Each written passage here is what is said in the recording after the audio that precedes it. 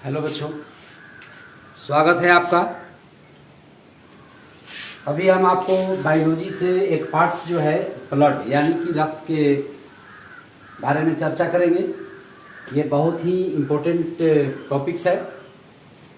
रक्त, ब्लड को हिंदी में रक्त, शोणित या रुधिर भी कहते हैं या फिर उसको लहू भी कहा जाता है। तो ब्लड जो होता है, जो खून भी कहते हैं उसको, खून, रक्त, शोणित, रुधिर, लहू, ये सारा जो है रक्त का ही पर्यायवाची शब्द है। अंग्रेजी में उसको ब्लड कहते हैं।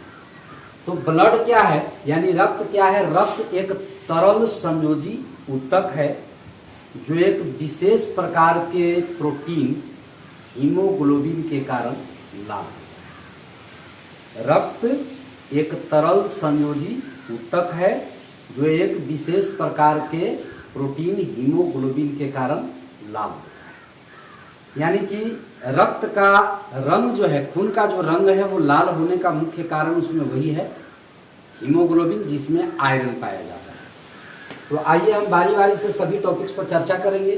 ब्लड क्या है? सबसे पहली तो बात है कि ब्लड एक प्राकृतिक कोलाइड है, नेचुरल कोलाइड है।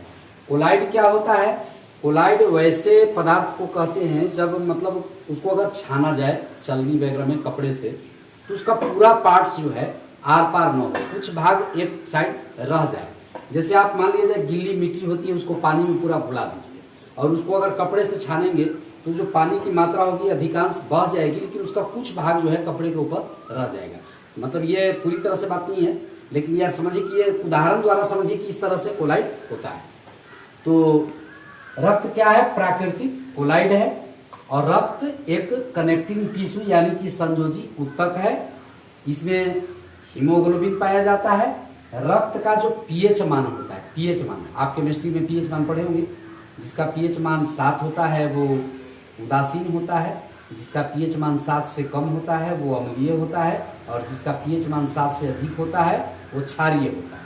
तो यहाँ पर इसका रक्त का जो पीएच मान होता है, ब्लड का जो पीएच मान होता है वो होता है 7.4 यानी कि 7.4, 7 से अधिक है, इसलिए ये क्षारीय होता है।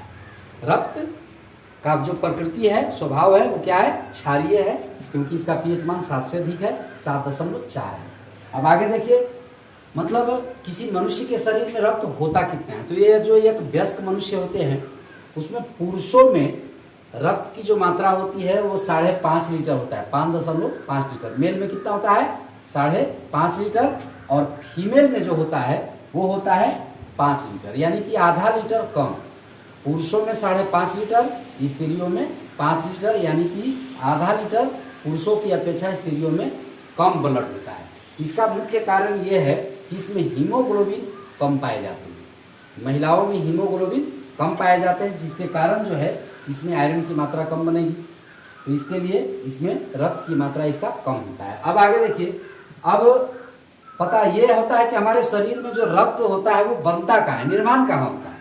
तो हमारे शरीर में रक्त का जो निर्माण होता है वो हड्डी के बीच में, जिसको बोन मैरो या अस्थि मज्जा कहा जाता है, उस अस्थि मज्जा में, यानी जो वयस्क लोग होते हैं, जो जन्म लिए हुए होते हैं आदमी, उनके शरीर में जो है ये रक्त जो होता है वो अस्थि मज्जा में बनता है। लेकिन जो बच्चा है अभी गर्भ में, माँ के पेट में, जिसको भ्रूण कहा जाता है, तो उसमें जो रक्त बनता है वो लीवर में बनता है। समझ गए? जो बच्चा, भ्रूण समझते हैं आप? जो माँ के पेट में जो बच्चा होता है वो चाहे 1 महीने का हो या 4 महीने का हो या 8 महीने का हो या 9 महीने का हो, जब तक वो बाहर नहीं आता है गर्भ से, तब तक के लिए वो भ्रूण कहलाता है, और जब वो बाहर आता है तब वो बच्चा कहलाता है। तो यानी कि भ्रूण में कहाँ होता है निर्माण रक्त का? लीवर में, यानी कि जिगर भी कहते हैं उसको, यकृत भी कहते हैं उसको। और बाकी के जो लोग हैं उसमें बोन मैरो या अस्थि मज्जा में रक्त का निर्माण होता है। तो यानी अगर आपसे सवाल पूछा जाए कि रक्त का निर्माण कहाँ होता है, तो अस्थि मज्जा में, या अंग्रेजी में उसको कहते हैं बोन मैरो में। अब देखिए, ये रक्त जो होता है वो जमा कहाँ रहता है, स्टोर कहाँ होता है? तो रक्त जो होता है वो पेट के जो एक भाग होता है बाएं साइड में, जिसको उदर गुहा कहते हैं, उदर गुहा में एक होता है प्लीहा, स्प्लीन कहते हैं उसको अंग्रेजी में।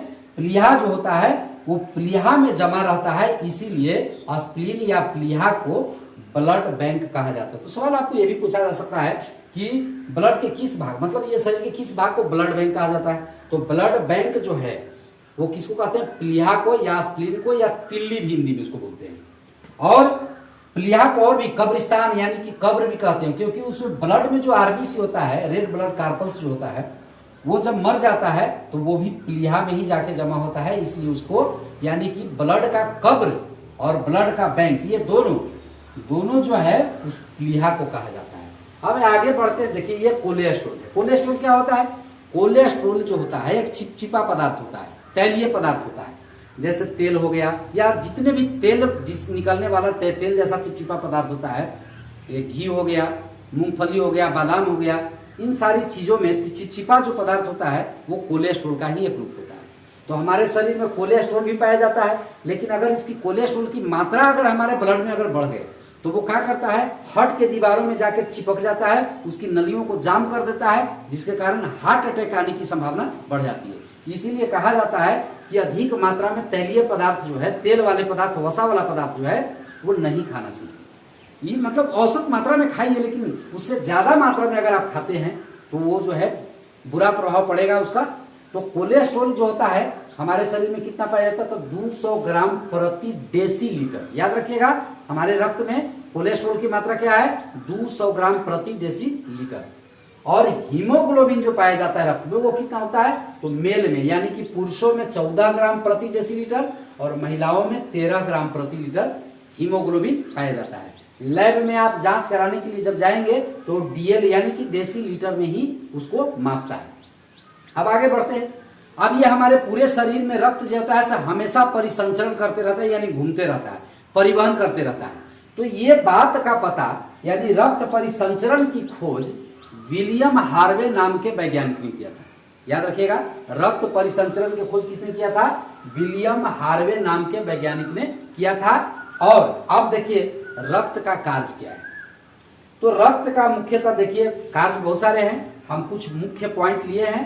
रक्त का एक काम है तापमान को नियंत्रित करना, यानी हमारे जो शरीर का जो टेम्परेचर होता है उस टेम्परेचर को वो कंट्रोल में रखता है, बढ़ने नहीं देता है, घटने नहीं देता है, मतलब शरीर के ताप को नियंत्रित करके रखने का काम ये ब्लड करता है। ये क्या करता है, हमेशा परिसंचरण करते रहता है, घूमते रहता है, जिससे उष्मा निकलता है और वो उष्मा शरीर के ताप को बनाए रखता है। इसलिए पहला काम इसका है क्या, ताप का नियंत्रण करना। याद रखिएगा, पॉइंट अगला है, ये दूसरा इसका कार्य है, जितने भी हम खाद्य पदार्थ जो खाते हैं उसमें जो पोषक पदार्थ है, उन पोषक पदार्थों को पूरे शरीर के भाग में परिवहन करना, यानी एक जगह से दूसरे जगह ले जाना।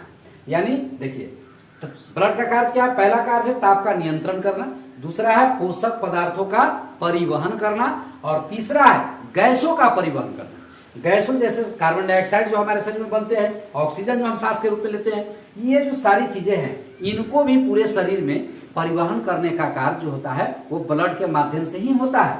यानी ब्लड का तीसरा कार्य है गैसों का परिवहन करना, CO2 एवं O2 का परिवहन करना। उसके बाद उसका अगला कार्य जो होता है वो उत्सर्जी पदार्थों का परिवहन करते हैं। वो पूरे पदार्थ बने हमारे शरीर में जो हानिकारक पदार्थ होते हैं, वो हानिकारक पदार्थों को भी वो परिवहन करते हैं, निकालने का काम नहीं करते। निकालने का काम जो है वो अलग अलग उसके पार्ट से, जैसे किडनी है, तो किडनी जो होता है, ब्रिक जिसको कहते हैं हिंदी में, वो मुख्य उत्सर्जी अंग होते हैं, वो निकालने का काम करते हैं। अब जो रक्त के जो भाग हैं उसका देखिए, रक्त के मुख्यतः दो भाग हैं, एक का नाम है प्लाज्मा और एक का नाम है रुधिराणु। प्लाज्मा और रुधिराणु यानी रक्त का जो लिक्विड पार्ट है यानी द्रव जो भाग है उसको प्लाज्मा कहा जाता है, और उसकी मात्रा जो है इसमें 60% होती है। पूरे रक्त में सबसे अधिक मात्रा में प्लाज्मा ही पाया जाता है जो 60% होती है, और रुधिराणु की जो मात्रा होती है वो 40% होती है। अब ये रुधिराणु जो बने होते हैं वो 3 कणों के मेल से बने होते हैं। एक होता है आरबीसी, एक होता है डब्ल्यूबीसी और एक होता है platelets. RBC red blood carpals, ये व्हाइट ब्लड कार्पल्स, और ये प्लेटलेट्स, इसको हिंदी में पट्टी कानू भी कहते हैं। तो इसकी जो मात्रा होती है हमारे ब्लड में वो होता है 50 लाख यानी कि 5 मिलियन, और इसका जो जीवन काल है, जीवन काल यानी कितने दिन हमारे ब्लड में वो जीवित रहते हैं आरबीसी, तो आरबीसी का जो जीवन काल है वो 120 दिन होता है। 120 दिन के बाद वो खराब हो जाता है। उसके बाद जो डब्ल्यूबीसी होता है, तो डब्ल्यूबीसी जो होता है उसकी मात्रा जो है 10,000 है। हमारे शरीर में, हमारे जो ब्लड में डब्ल्यूबीसी है, व्हाइट ब्लड कार्पल्स या व्हाइट ब्लड सेल भी कह सकते हैं। श्वेत रक्त कण वो जो होता है उसकी मात्रा जो है 10,000 है और वो जीवित कितना रहता है 4 दिन तक। 4 दिन के बाद वो भी खराब हो जाता है। उसके बाद जो प्लेटलेट्स होते हैं पट्टिकानु जो होता है उसकी मात्रा होती है 2 लाख और उसका जीवन काल कितना होता है 7 दिन 7 डेज। समझे, ये 7 दिन के बाद ये खराब हो जाते हैं। अब अगर मान लिया जाए कि जब ये तीनों खराब हो जाते हैं, ये 120 दिन के बाद खराब होते हैं, ये WBC जो है 4 दिन के बाद खराब हो जाते हैं, ये जो है 7 दिन के बाद खराब हो जाती हैं, तो फिर वो ब्लड का क्या होता है? वो ब्लड देखिए हमारे शरीर में जो अस्थि मज्जा में बोन नहरों में जो है हमेशा ब्लड का निर्माण होता रहता है और ये जो पुराने जो खराब हुए रहते हैं उसको क्या करता है लाइसोसोम, जिसको हम आत्महत्या की थैली कहते हैं। या फिर जो है प्लाज्मा तो जिंदा है, प्लाज्मा मरता नहीं है। रुधिराणु के जो भाग नष्ट होते हैं लेकिन प्लाज्मा जिंदा रहता है। अब ये सवाल जो ये बात होती है इसमें कि ये जो रक्त होता है उसमें रुधिराणु में सबसे ज्यादा मात्रा किसकी है? तो वो होता है आरबीसी की, जिसकी मात्रा कितना है 5 मिलियन यानी कि 50 लाख होता है। मिलियन में ही आपको किताब में मिलेगा 50 लाख या 5 मिलियन। हमारे रक्त में आरबीसी की मात्रा यानी कि लाल रक्त कण की जो मात्रा होती है वो कितना होता है 50 लाख और श्वेत रक्त कण की मात्रा होती है 10,000 और प्लेटलेट्स यानी कि पट्टिकाणु की जो मात्रा होती है वो होता है 2 लाख। और दोबारा रिपीट कर देते हैं, आरबीसी का जो जीवन काल है वो 120 दिन होता है, डब्ल्यूबीसी का जीवन काल है वो 4 दिन होता है और पट्टिकाणु का जो जीवन काल होता है वो 7 डेज होता है। तो अभी जो है आपको इतना ही पर मतलब इसके बाद अभी रक्त में बहुत सारी बातें पढ़नी है तो वो बातें आपको हम अगले वीडियो में बताएंगे। तब तक के लिए आप एक बार फिर इसको दोबारा समझ लीजिए। ब्लड के जो कार्य है ये मुख्य, देखिए आपको ये परीक्षा में सबसे ज्यादा पूछा जाता है ब्लड के मुख्य कार्य क्या क्या है? ताप का नियंत्रण करना, पोषक पदार्थों का परिवहन करना, CO2 एवं O2 का परिवहन करना, उत्सर्जी पदार्थ यानी जो हानिकारक पदार्थ होते हैं उसका भी परिवहन करने का काम ये करता है। अब आइए रक्त में सबसे ज्यादा मात्रा किसकी होती है? तो वो होता है प्लाज्मा की रक्त में। लेकिन अगर पूछा जाए कि रुधिराणु में सबसे ज्यादा मात्रा किसकी होती है तब वो होता है किसका? आरबीसी का, लाल रक्त कण का जो 50 लाख होता है। सबसे कम होता है WBC। ठीक है, तो अगले वीडियो में हम फिर मिलेंगे। तब तक के लिए धन्यवाद बच्चों। यदि आपको वीडियो अच्छा लगता है तो उसको सब्सक्राइब कीजिए, शेयर भी कीजिए ताकि आपको जो है से हमारी भी हौसला बढ़े उससे और हम आपको बेहतर तरीके से फिर आपको पढ़ाई दे सके। ठीक है, धन्यवाद।